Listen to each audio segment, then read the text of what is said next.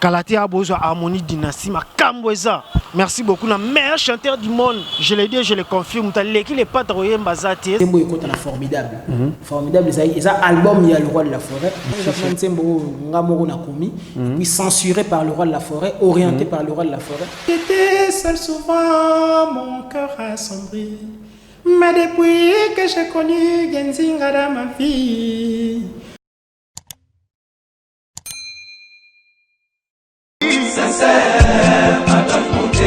Claude Lukebakweno. Claude Lukebakweno. Claude Lukebakweno. Prochaine naïe, j'espère. Claude Lukebakweno. Prochaine naïe, j'espère. Bokoto, babi Claude Lukebakweno TV et na montage. Bagoloise nyonso vraiment bolingara boyoka actualité à mission na bino bolingara mingi faire gola Jésus de nyonso et puis actualité musicale. Et ça awa na Claude Lukebakweno TV moto à danger na baki susu moto à danger mais vraiment to tindika ba chaîne na mike batiki la biso nzela to leka avec boss de boss initiateur à chaîne oyo Claude Lukebakweno l'homme de jugement par défaut le guerrier de faire gola maître Moussa Mangi makambe bandi yanika be kabolos boucle Magauzi yo ado senga na bino bossa abonné massivement na site oyo Claude Lukebakweno jugement par défaut oyo Magauzi azo loba yeyo awa ya nenga dessin animé na ngosiko donc abonnez-vous massivement ceux qui bolingi pena loba logo la grand prêtre Marie-Paul s'abonnez-vous nyonso pena s'abonner na kati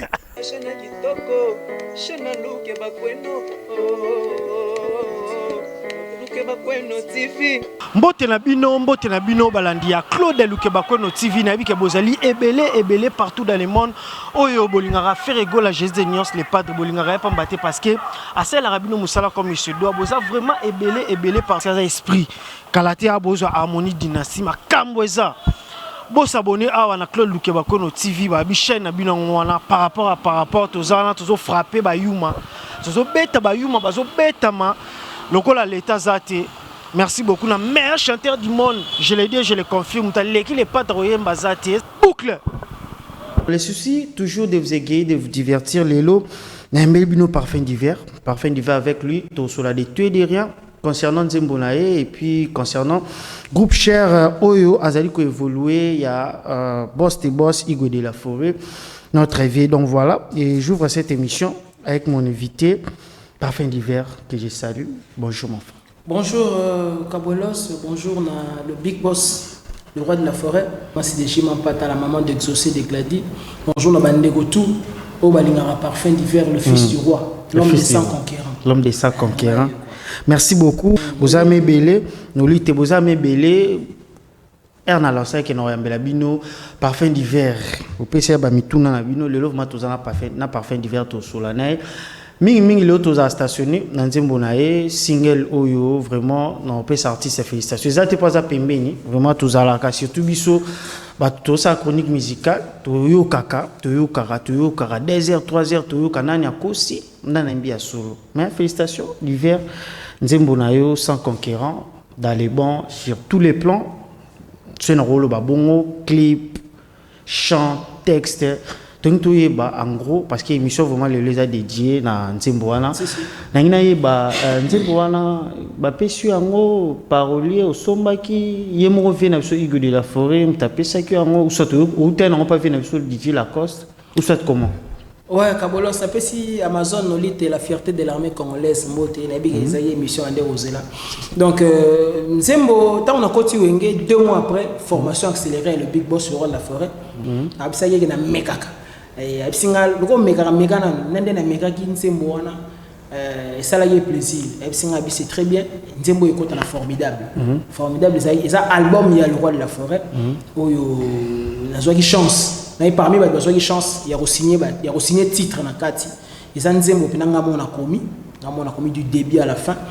Et bien c'est parce que l'émission to lobé la pena œuvre, to lobé la mélodie, to lobé beaucoup plus la chanson. Ils ont Nzembo ngamoro na komi, puis censuré par le roi de la forêt, orienté par le roi de la forêt. D'emblée déjà nzembo wana mobimba nango zaki en français nyonso ebandeli ti suka le roi de la forêt tanga yoki abi c'est une bonne idée mais na osepela okotisa mpe mwa baparagraphe mosusu ya lingala mpo identifier yo étant un congolais congolais akozala ata na Sri Lanka ata na Ouzbékistan nanga congolais moto azoyembela Singapour ata na Montevideo donc congolais place ezali après te ao ndeko nanga congolais donc voilà na nzembo pour répondre à ta question ngam na komaki nzembo donc voilà oyibaki yango te parce que nalobi bongo émission bomora pas na balancer le moins mon colon et salon de la vie on t'a surprise mais en tout cas obi nzembo so esimbi donc quoi esimbi jusque là moni mutu pas obima te otengai mutu na sala ki boye en tout cas ngolo bapina ke ba ope ba yebi bazakananga ba yebi ke na meka moi au début moi comment nzembo divers ba ko préparant depuis aux akina Didier Lacoste ou soit il a à la halte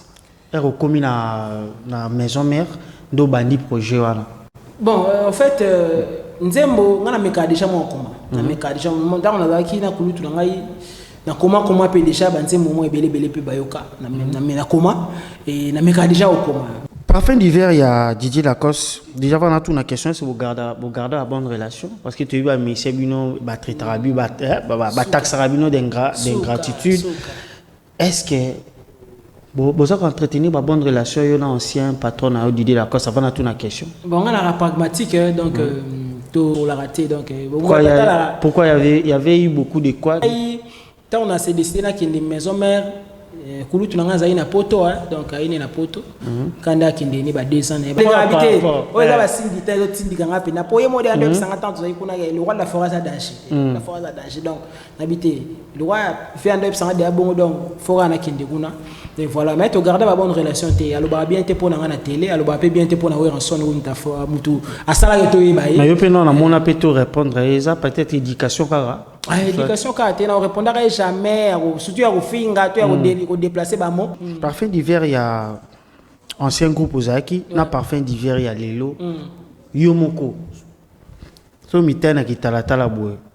Ozo préféré parfum d'hiver au web. Ouh, on préférait les autres. Tout le révolution la vie, tout révolution la vie. Hier, deux personnes, les lois combien de 5, 6. Donc, ils ont une métaphore pour nous que le roi de la forêt a ça déjà dans Aura et Makasi, donc Aura wana, ils ont en fait ils ont accompagné, ils ont quoi électron, ils ont yenga pembeni na et ils ont swappé babiso ba haut, ils ont chance. Ils ont surtout signé titre. C'est-à-dire la chanson Sans Conquérant, au départ, je me suis inspiré de Jean-Paul Sartre. Okay. Sans Conquérant, pourquoi autour de Sans Conquérant? Parce que les artistes c'est beaucoup plus dans la figure de style. Moi, métaphore, moi, catacrèse, moi, métonymie, moi, synecdoque, moi, euphémisme. Quand des alarmes. Parce qu'on a utilisé une métaphore pour comparer mon thème. On a dédié d'abord à Hugues Nzinga en vente de dollars rouge, Black Panther, on a fait Simboté, prophète Pigeon, Hugues Nzinga. On a dédié un alors, à ce moment-là, on a balana na madame Andy Molicho. Parce qu'on a mis qui n'a pas madame Naé. Na lobby madame na lobby soki azalaki la portion de terre moko boye la seule personne qui a réussi à conquérir tant on va conquérir et ben pour même sur ça concurrente concurrenté parce qu'on ne parle pas de la concurrence ici moi lapsus moi yo sala moi conquérant et à verbe conquérir c'est dit tout le monde habitumba dans maman dit lobby le Igenting la seule personne qui a bundaki bitumba pour que a gagné donc ça maman maman de ce qu'on a mis na pour maman ok voilà zo mbela moi na mobile zo lobela mobile na ye et puis je me suis inspiré de Jean-Paul Sartre moi si il y a voilà Jean-Paul Sartre est un philosophe au XXe siècle qui Dieu n'existait pas en 1939 le fait même d'exister est absurde Nzambe mabe mais bien qu'à la fin de sa vie avec quand même moi littérature ça m'a inspiré il y a au commencé moi quelque part dans le bien boy kozala égoïste na sengi na nzambe wana mama ndika mtaloba na boy kozala égoïste na sengi na nzambe mama ndi reconnaître que nzambe azala et créer les sous Ugenzinga pour que descendance na biso descendance na ye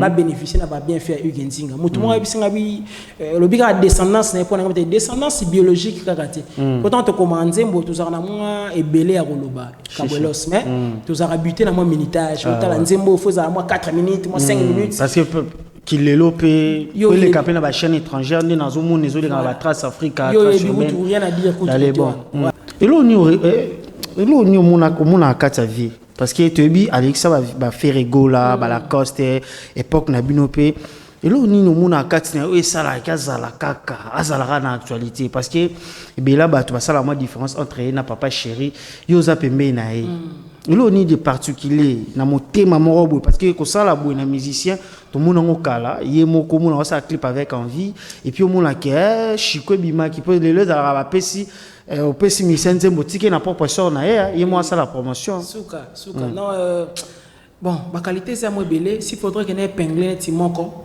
ou ya muneni ça esprit d'ouverture c'est-à-dire du fait ya ko ndima jeune le rolanga kozwa risque ya opesanga na tianzembo kozwa risque ya ko salisanga clip ya ba qualité ya boyi et puis accompagner vision wana tina suka aujourd'hui na ba chaîne na nenga mabete même na ba chaînes étrangères. Félicitations on la nama Trace Africa, Trace urbaine, Trace Kitoko, monama promotion dans les bons.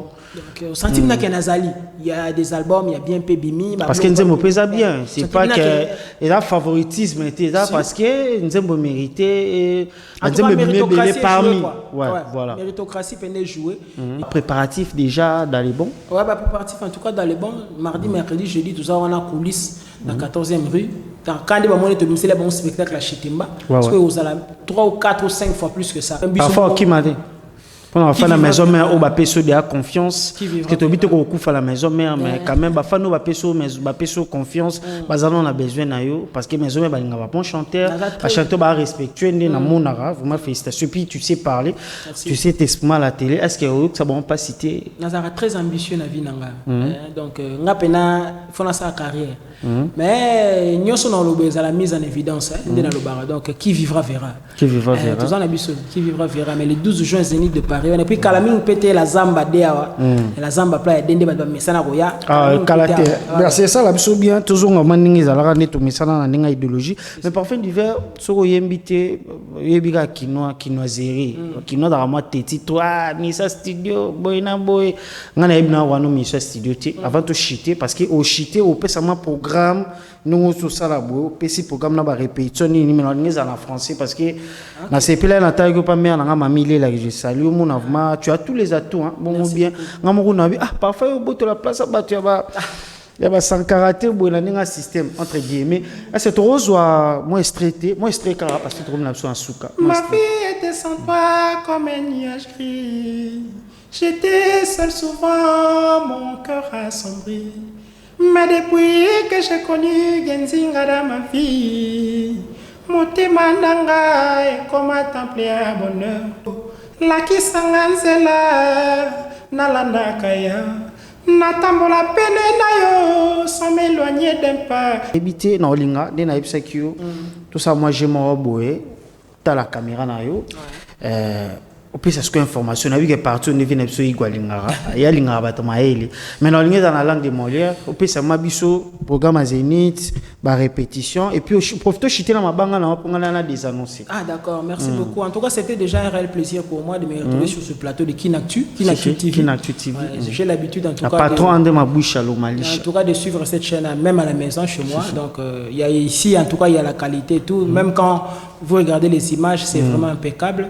Merci au Big Boss Laurent Laforêt pour l'opportunité parce qu'à peine arrivé dans Wenge Musique à Maison Mère 2 mois après, il a accepté ce que je signe ce titre sans conquérant où je vous invite, où en tout cas je vous demande d'aller fouiner dans toutes les plateformes de téléchargement et de télécharger la chanson. Et excusez-moi pour la tautologie.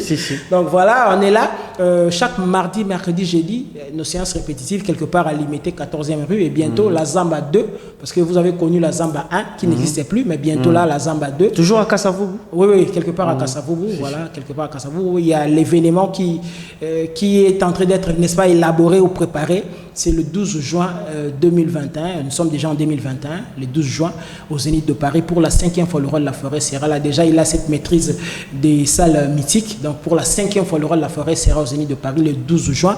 Bien sûr, accompagné de parfums divers ainsi que de son Wenge Musique à Maison Mère, donc Wenge Musique à Maison Mère de Igwe, le Big Boss ensemble. Donc voilà, nous sommes pratiquement arrivés à la fin. Et quant à moi, on se retrouve prochainement. Bye.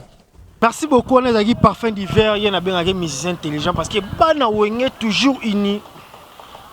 bana wenge toujours idéologie en faire égol à teti parce qu'il y a parce que formation accélérée il y a bana wenge et non formation accélérée na moni directement notre VJB Piana notre vieux Ranson na moni notre vieux Tata fondé Masela donc faire égol un esprit